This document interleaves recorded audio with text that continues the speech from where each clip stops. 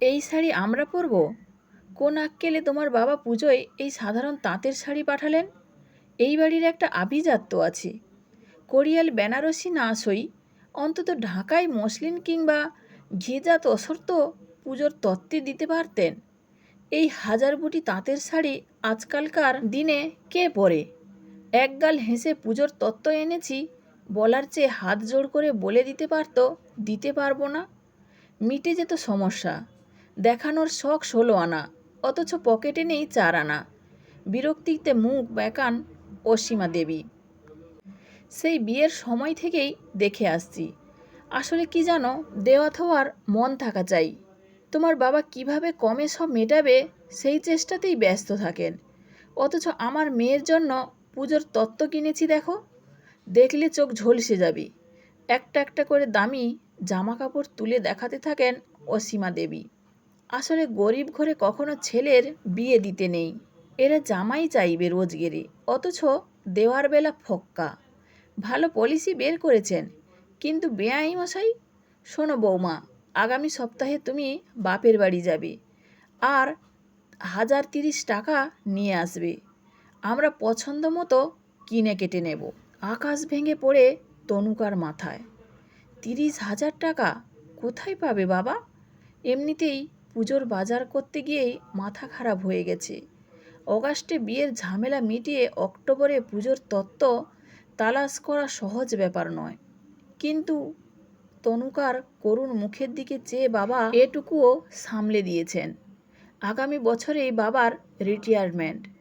বিয়ের সময় চারদিকে যে ধার দেনা হয়েছে 1 বছরের মধ্যে সব মিটিয়ে ফেলতে হবে। স্থায়ী আয় বন্ধ হয়ে গেলে ধার দেনা মেটাবে কিভাবে? সে বারবার বলেছিল এখানে বিয়ে করবে না, কিন্তু মা তখন পাগলের মতো করছে। এত ভালো ছেলে কেউ হাতছাড়া করে? এক প্রকার বাধ্য হয়েই তাকে পিঁড়িতে বসতে হলো। ডাক্তার কাকু বলেছিলেন নইলে মা অসুস্থ হয়ে পড়বে। বিয়ের পর থেকে উঠতে বসতে খোঁটা শুনতে শুনতে তনুকার মনে হয় কেন সেদিন বিয়েটা হলো। কি কুক্ষণে বিয়েবাড়িতে অভিকের দেখে তাকে পছন্দ হয়েছিল। প্রাইভেট ফার্মের ছোট্ট চাকুরে রতনবাবু একমাত্র সন্তান তনুকার বিয়ে দিয়ে ভেঙে পড়েছেন। একতলা ছোট্ট বাড়ি, সামনে বাগান, হাসিখুশি 3 জনের খেলাধুলোর সংসার। এখন সেখানে কেবল 2 বুড়ো বুড়ি। হাসিটা হারিয়ে গেছে তনু ও বাড়িতে যাওয়ার সঙ্গে সঙ্গে। অভিকের পরিবারের লোকজনের অনেক কিছুর আবদার ছিল, সেসব মেটাতে গিয়ে রজতবাবুর হাসি মিলিয়ে গেছে। প্রথমে ভেবেছিলেন এখানে বিয়ে দেবেন না, কিন্তু মহিমা এমন পাগলামি শুরু করলো, মেয়ের সুখেই তো বাবার সুখ। এই নীতি মেনে সব কিছু মুখ বন্ধ করে মেনে নিয়েছিলেন। ভেবেছিলেন মেয়েটা সুখী হলে সব কষ্ট ভুলে আনন্দে থাকতে পারবেন। বাড়িটাই এখন তার একমাত্র সম্বল।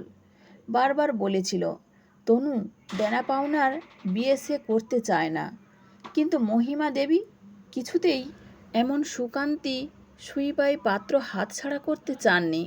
কাজেই হাজার আপত্তি সত্ত্বেও অভিকের নামের সিঁদুর মাথায় দিয়ে তনুকে পাকাপাকিভাবে মজুমদার বাড়িতে পাঠাতে হয়েছে। রাতের একান্তে অভিককে কাছে পেয়ে কেঁদে ফেলল তনু। বলল বাবা আর পারবে না। 30,000 টাকা এক্ষুনি কোথায় পাবে বাবা? বিয়েতে অষ্টমঙ্গলার আয়োজনে কম তো খরচ হয়নি। কিভাবে আবার নতুন করে সব কেনাকাটার টাকা? আমি তো ইন্টারভিউ দিয়েছিলাম, নিউজ আছে যে কোনো সময়ে রেজাল্ট আউট হবে, তারপর জয়েনিংয়ের ডেট দেবে।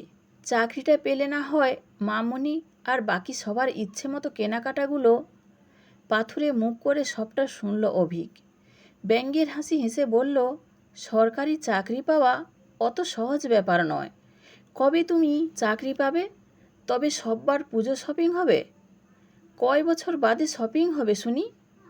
পুজো তো বছরে একবার মাত্র আসে। একটা কথা কান খুলে শুনে রাখো, মায়ের আদেশের কোনো রকমের বিরোধিতা করতে পারবো না, করিনি কোনো দিন। বুধবার তুমি বাপের বাড়ি চলে যাও, টাকা পয়সা জোগাড় করে 1 সপ্তাহ বাদে ফিরে এসো। ফোন করে দিও, টাকার জোগাড় হলে আমি না হয় আনতে যাব। নিতে গিয়ে উদ্ধার করে দেবে আমাকে। মনে মনে বিড়বিড় করে তনু। একবার এ বাড়ি থেকে বেরোতে পারি, আর জীবনে ফিরবো না। কি অসম্ভব লোভী মানুষজন! এদের সঙ্গে কেউ ঘর করে? বাড়ি ফিরে সুস্থির হয়ে বসে লিস্ট করব। ঘর সাজাতে বাবা যা যা দিয়েছেন তার পাই টু পাই আদায় করব। ছোট্ট জিনিসও ছাড়ব না। উপহার অর্থ দিয়ে কে বিচার করে? উপহারের বিচার ভালোবাসায়, যত্নে, আদরে। আর এরা এতদিন তনুকার ভালো রূপ দেখেছে সবাই। শেষ সুযোগ দিয়েছিল সে অভিককে। আর নয়, এবার বুঝবি কি হারিয়েছে। যত্ন করে খামটা ব্যাগে ভরে পরের দিন সকালে বাবার বাড়ির উদ্দেশ্যে রওনা দেয় তনুকা। অপ্রত্যাশিত সৌভাগ্যে বাবা ভীষণ খুশি হলেও চিন্তিত হয়ে পড়েন মহিমা দেবী। কথার ফাঁকে বারবার বলতে থাকেন, তুই একা কেন? জামাই বাবাজি এলো না? অন্তত তোকে ছেড়ে তো দিয়ে যেতে পারতো। ঝগড়া করে আসিসনি তো? কেন মা, আমি কি অবলা যে কাউকে এসে বাড়ি অবধি ছেড়ে দিয়ে যেতে হবে?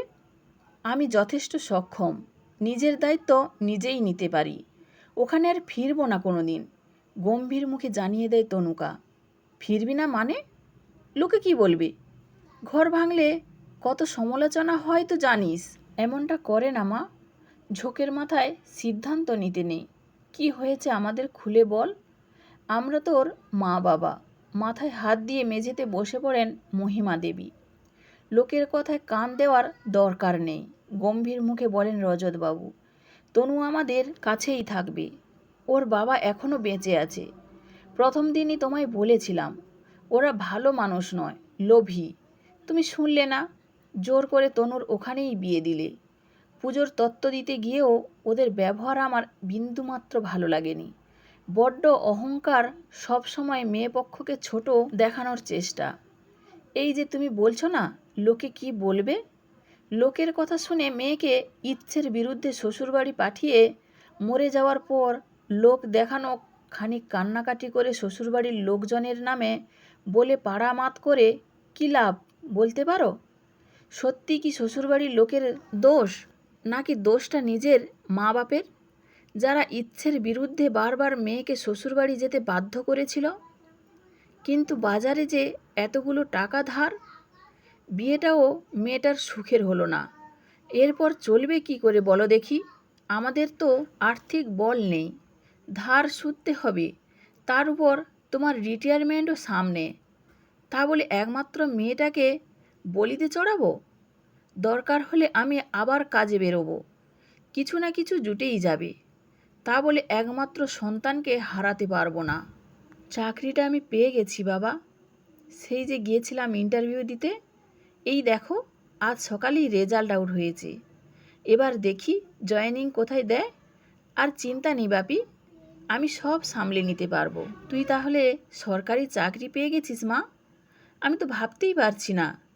দেখেছো মহিমা, বলেছিলাম না আমার মেয়ে ঠিক পারবে। সেদিন তুমি বিশ্বাস করনি, আর আমাদের কোনো চিন্তা রইল না। জয়েনিং কবে রে মা? তনুকা সরকারি চাকরি পেয়েছে শুনে অভিক এসেছিল, ক্ষমাও চেয়েছিল।